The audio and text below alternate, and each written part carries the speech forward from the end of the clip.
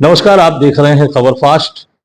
इस वक्त मैं हूं डॉक्टर अनिल कुमार के साथ। डॉक्टर अनिल कुमार मुख्य पशु चिकित्सा अधिकारी हैं और आपके चैम्बर में हैं। अक्सर किसानों को बात करें या ग्रामीणों की बात करें, जो रायबरेली जनपद में गौशालाएं खोली गई हैं या पूरे प्रदेश में, देश में जो गौशालाएं हैं, उनका वर्क क्या है, काम क्या है, इस पर भी चर्चा है। खासकर रायबरेली की जितनी गौशालाएं हैं, 85 गौशालाओं में किस तरह की समस्या है या किस तरह का सुधार किसान चाहते हैं। अपने जानवरों को जब ले जाते हैं तो वहां पर एक बोर्ड लगा रहता है कि भाई यहाँ पर फुल हो गया है, अब जानवर नहीं लिए जाएंगे। या आवारा पशुओं की समस्या की चर्चा भी अभी भी होती है ग्रामीण क्षेत्रों में। जब हम लोग जाते हैं तो लोग बताते हैं कि साहब जानवरों का बड़ा आतंक है, खेत चढ़ लेते हैं, बड़ा नुकसान हो रहा है। और 5 किलो राशन सरकार दे रही है तो 50 किलो हमारा ये फसल चली जा रही। ऐसे में जो भ्रांतियां हैं, जो मुश्किलें हैं, उनको साझा करने के लिए डॉक्टर साहब के पास आए हैं। हम जरूर आपको जानकारी देंगे कि इन गौशालाओं का काम क्या है। गौशालाओं में प्रयास ये किया जाता है कि सभी इस तरह के जो आवारा पशु हैं या जो बिना रखरखाव के जानवर सड़कों पर घूम रहे हैं या नुकसान पहुंचा रहे हैं, उनको पकड़कर उसमें दिया जाता है और वहां भी उनका रखरखाव होता है। हालांकि बहुत अधिक जानकारी के लिए हम आपसे बात करेंगे। सर, स्वागत है डॉक्टर साहब आपका हमारे खबर फास्ट न्यूज चैनल में। अक्सर गांव में ये समस्याएं हैं, जहां गौशालाएं बनी या शहरी क्षेत्रों में कुछ जानवर हैं जो नुकसान पहुंचा रहे हैं या सड़कों पर घूम रहे हैं या आवारा पशुओं से नुकसान है लोगों को। क्या कहेंगे सर, इन जो 85 गौशालाएं हैं, इनमें क्या क्या रख रखाव की चीजें हैं और ये समस्या कैसे हल होगी जो आवारा पशुओं की अभी भी है? देखिए रवि जी, जो ये निराश्रित गोवंश की जो समस्या है जी, इसके लिए उत्तर प्रदेश सरकार ने निराश्रित गोआश्रय स्थलों का निर्माण कराया जी।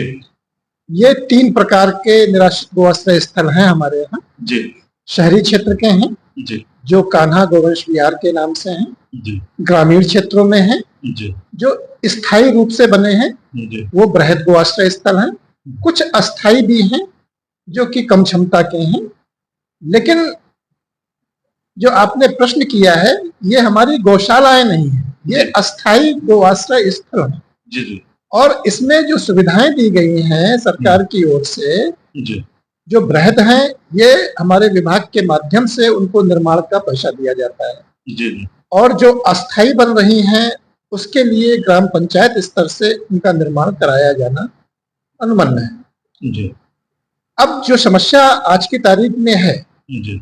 हमारी 85 गोआश्रय स्थलों में आज की तारीख में लगभग 25,000 गोवंश संरक्षित है, जी। जो क्षमता के अनुरूप है। जो बोर्ड लगे हुए हैं वो इसलिए लगाए गए हैं कि किसी भी गोआश्रय स्थल में क्षमता से अधिक गोवंश न रखे जाएं, जिससे उनको की खाने पीने में दिक्कत ना हो। उनको वहां पर जो शेल्टर बने हैं, शेड बने हैं, उनको पर्याप्त गर्मियों में छाया मिल जाए और उसके नीचे रहें, खुले में उनको न रहना पड़े, धूप और लू से बचाव हो सके। सर, मुख्य तौर से हमारा सवाल है जो किसानों की या ग्रामीणों की जो समस्या है आवारा पशुओं को लेकर। तो जैसे 25,000 की क्षमता है, अभी 25,000 गौशाला है, आपके जानवर उसमें कैद है या मान लीजिए रह रहे हैं, कैद न कायदे रखे हैं, तो उसमें बाकी जानवरों की क्या समस्या कैसे हल होगी जो सड़कों पर घूम रहे हैं? या अभी हमारे यहाँ एक बृहद गोआश्रय स्थल बन्नावा, जो कि हमारा बछरावा विकास खंड में है, उसका निर्माण लगभग 80% हो गया है। इसके अतिरिक्त हमारी 7 गोआश्रय स्थल और हैं जो इसकी जनपद में निर्माणाधीन है। डलमऊ में एक बृहद गोआश्रय स्थल स्वीकृत हुआ है, उसमें भी निर्माण कार्य चल रहा है। ऐसे करके हमारे यहाँ लगभग हम 2,500 के आसपास कैपेसिटी हमारी आगे 3 से 4 महीने के अंदर ये और बढ़ जाएगी। जो समस्या जहां पर है रवि जी, थोड़ा सा मैं प्रकाश डालना चाहूंगा। ये जो निराश्रित गोवंश है, ये एक सामाजिक बुराई है। आज की तारीख में जो गोवंश दूध नहीं देता है उसको पशुपालक छोड़ देता है, या ऐसे गोवंश भी जो उसके पास वो दूध दे रहा है, सुबह दूध निकालने के बाद बच्चे को खूंटे पर बांध लेता है और दिन भर घूमने के लिए वो छोड़ देता है। शाम को बच्चे के कारण उसकी माँ दूध देने के लिए उसके खूंटे पर फिर आ जाती है। ये एक सामाजिक बुराई है जिसके लिए हम लोग एक जागरूकता कैंप भी चलाते हैं, लोगों से अपील भी करते हैं कि गाय को निराश्रित न छोड़ें, इससे उसका भी नुकसान है। इसके अतिरिक्त वाहनों से टकरा करके उसका नुकसान हो जाता है, जो एक्सीडेंट होगा जन और धन की हानि होती है। जो फसलें हैं ये जाकर के उन फसलों को भी नुकसान पहुंचा रहे हैं। जो आज हमारा अन्नदाता किसान है उसकी समस्या यहीं पर है। अगर ये जिम्मेदारी को प्रत्येक गोपालक समझ ले कि ये हमारी जिम्मेदारी है, सरकार की जिम्मेदारी बाद में है।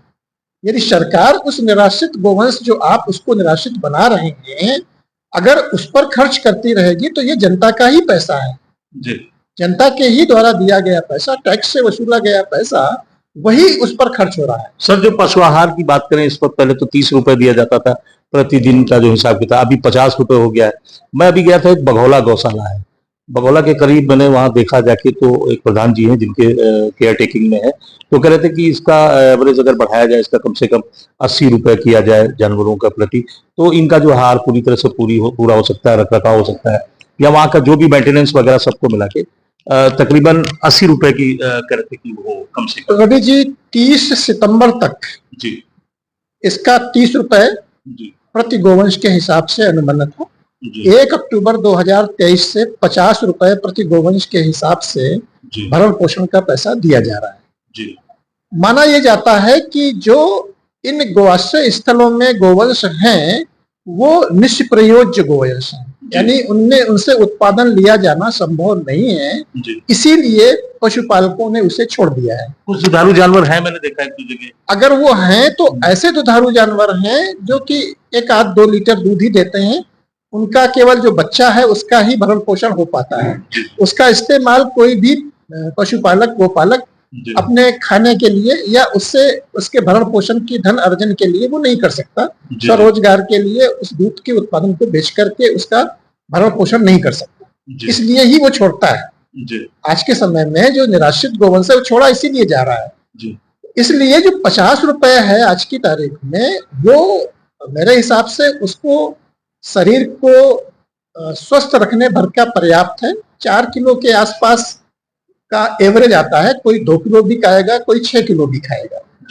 अब अगर आज को जो अगर देखा जाए, अब तो खैर नई फसल आ गई है, लेकिन इस पूरे वर्ष 700-800 रुपए प्रति क्विंटल से अधिक भूसे का रेट नहीं रहा। सर जितनी गौशालाएं हैं, क्या मानते हैं कि स्टाफ की कमी है, डॉक्टर्स की कमी, ये महसूस करते हैं आप भी?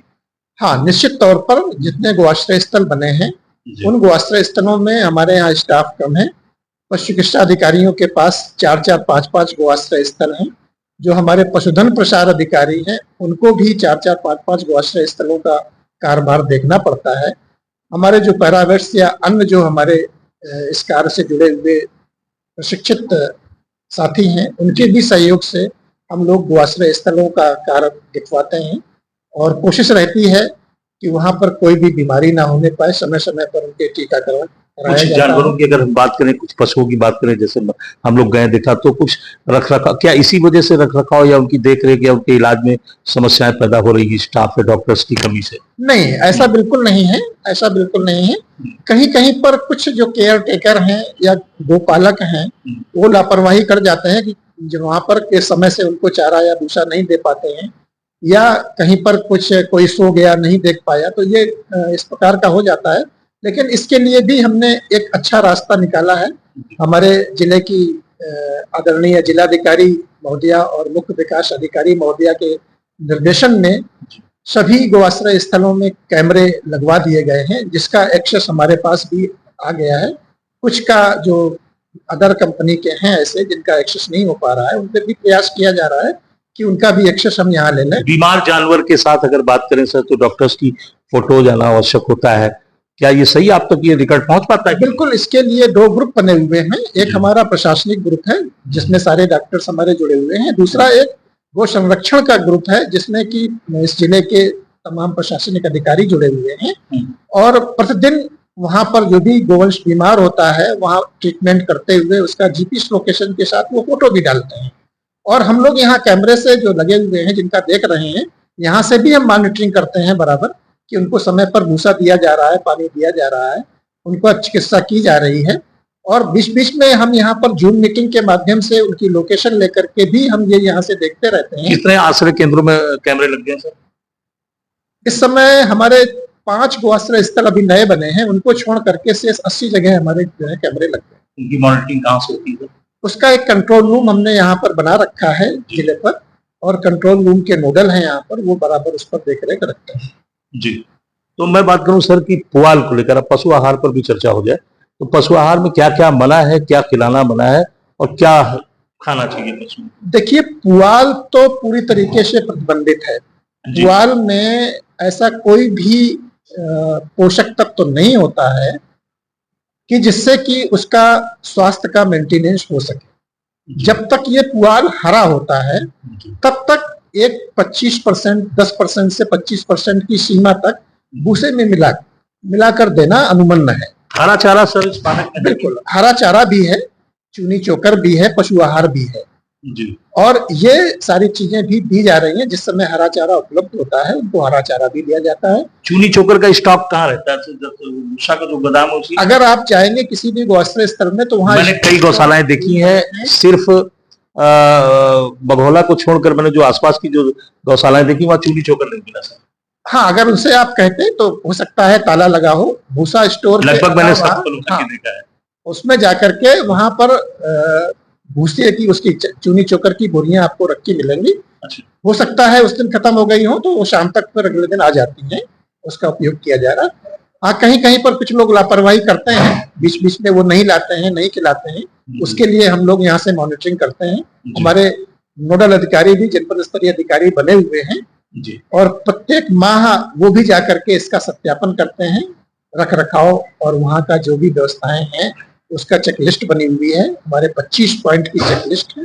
उस चेकलिस्ट पर वो जाकर के उसका निरीक्षण करके यहाँ रिपोर्ट देते हैं, जिसमें कि जिलाधिकारी महोदया की अध्यक्षता में यहाँ पर उसकी समीक्षा बैठक होती है। एक ब्रॉडशीट हम बनाते हैं जिसमें क्या कमियां हैं, उसके निराकरण के लिए कौन उत्तरदायी है, उनको चिट्ठी जाती है, उसका निराकरण किया जाता है। बहुत सारे जानवर सर वहां पर मैंने देखा बिना टैग के घूम रहे हैं, उनकी टैगिंग नहीं होती है, बहुत सारे टैग में रहते हैं, ऐसा क्या अब गौशाला के अंदर जो हमारे गौआश्रय स्थल हैं उनके अंदर लगभग 100% टैगिंग हो चुकी है। और अगर नहीं हुई तो फिर क्या? हाँ, उस पर कार्रवाई होगी। अगर कहीं पर कोई टैगिंग नहीं किया गया है तो उसके खिलाफ कार्रवाई होगी, क्योंकि आज के तारीख में डीबीटी के माध्यम से ऑनलाइन भुगतान किया जा रहा है जी। और जिसकी टैग की फीडिंग पोर्टल पर होगी उसी का भुगतान किया जाएगा, और जिसकी टैग नहीं लगा है और उसकी फीडिंग नहीं की जाएगी तो उसका भुगतान नहीं होगा। ये उस गौआश्रय स्थल संचालक के ऊपर एक अलग से एक्स्ट्रा बोझ होगा। उसको ही कम करने के लिए ये 100% टैगिंग का कॉन्सेप्ट है। अभी सत्यापन भी किया गया है, तो कुछ जगहों पर जो जैसे न्यूली कमर्स थे या कुछ फ्यूरियस बुल्स थे जी जी, 2, 4, 5 ऐसे हो सकते हैं जिनकी टैगिंग न की गई हो। ऑलमोस्ट 100% गौशालाओं के 100% टैगिंग लगभग की जा चुकी है। प्रति सप्ताह अगर बात करें, सप्ताह में डॉक्टर्स की क्या आवागमन रहता है गौशाला में देख रेख का? प्रतिदिन जाना है कि हफ्ते में एक बार जाना है या इमरजेंसी के हिसाब से? हमारा पशु चिकित्सा अधिकारी और पशुधन प्रसार अधिकारी प्रतिदिन प्रत्येक गौशाला में सुबह भ्रमण करता है जी, और स्वास्थ्य का परीक्षण करता है। अगर कोई बीमार है तो उसकी जो है चिकित्सा की जाती है। उसके लिए वहां पर रजिस्टर रखे हुए हैं, उन रजिस्टर पर उसके टैग नंबर के साथ उसका अंकन होता है कि इस टैग नंबर के एनिमल का ये समस्या थी, ये बीमारी थी, उसका आज ये उपचार किया गया, इसका पूरा रिकॉर्ड वहां होता है। इसके अतिरिक्त ऑनलाइन भी इसका रिकॉर्ड लिया जाता है, गौआश्रय पोर्टल पर इसको ऑनलाइन भी दर्ज किया जाता है। कैमरे से सर कितना एरिया फिक्स है देखने का? क्या वो पूरा कैमरे हमारे यहाँ कितने कैमरे लगाए गए सर एक गौशाला? मिनिमम एक कैमरे का हमने दिया है जो कि 180 डिग्री पर गेट के आसपास लगा होता है। पूरा 360 डिग्री वाले भी कुछ कैमरे हमारे लगे हुए हैं जो कि चारों तरफ घूमते हैं। तो मेन फोकस हमारा जो रहता है गेट के आसपास कुछ अवांछनीय तत्व ना आने पाए। अगर वो आते हैं तो उनके क्रियाकलाप एक्टिव होते हैं। चारा की आपूर्ति कब हो रही है ये भी हम वहां से देख सकते हैं।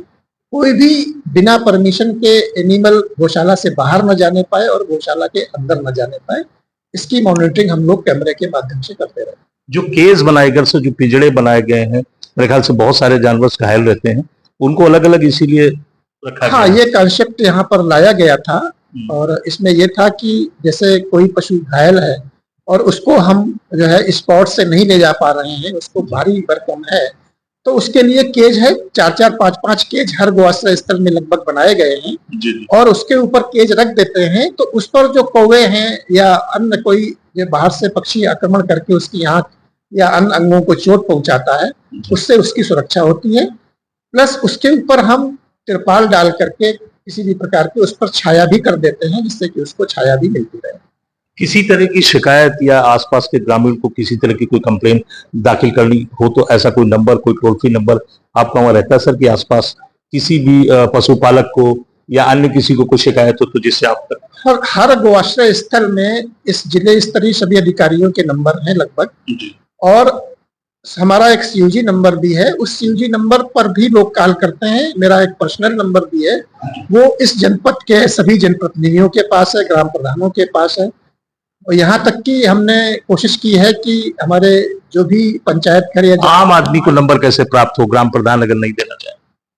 अब आम आदमी के लिए एक हमारा कोई ऐसा नंबर सर? कोई अगर ग्रामीण क्षेत्र में कोई पशुओं से संबंधित कोई समस्या है जी। तो 1962 हमारा एक टोल फ्री नंबर है, जिसमें कि मोबाइल वेटनरी यूनिट हमारी है। अगर उस पर वो अपनी शिकायत दर्ज करता है तो उसके 2 फायदे हैं। यदि कोई ऐसी बीमारी है जिस पर वो मोबाइल वेटनरी यूनिट नहीं पहुंच सकती है, तो वो वहां से सलाह दे देंगे कि इसमें आप पास के पशु चिकित्सालय से ये दवा ले लें, या वो फिर वहां का नंबर दे देंगे या यहाँ के जिले के मुख्य पशु चिकित्सा अधिकारी का नंबर दे देंगे। जी। तो 1962 कॉल करके कोई भी पशुपालक किसी भी गांव से वो पूरे जिले का किसी का भी नंबर प्राप्त कर सकता है। सर बहुत बहुत धन्यवाद।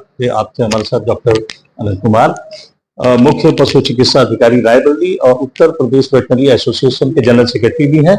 बहुत सारी जानकारी हमको मिली। किसानों को अक्सर जो भी समस्याएं होती, कुछ नंबर, टोल फ्री नंबर भी अभी बताया, 1962 नंबर है टोल फ्री, आप इस पर भी संपर्क कर सकते हैं, या जो भी समस्या है वो आपको सुनी जाएगी, आपकी बात भी। रही बात आवारा पशुओं की, या हमने और भी जो बात करी, जो पशु चल रहे हैं खेत या आपका जो नुकसान पहुंचा रहे हैं, उसकी भी जानकारी लगभग हमने आपको पहुंचाई। बाकी और अधिक जानकारी के लिए आप संपर्क कर सकते हैं।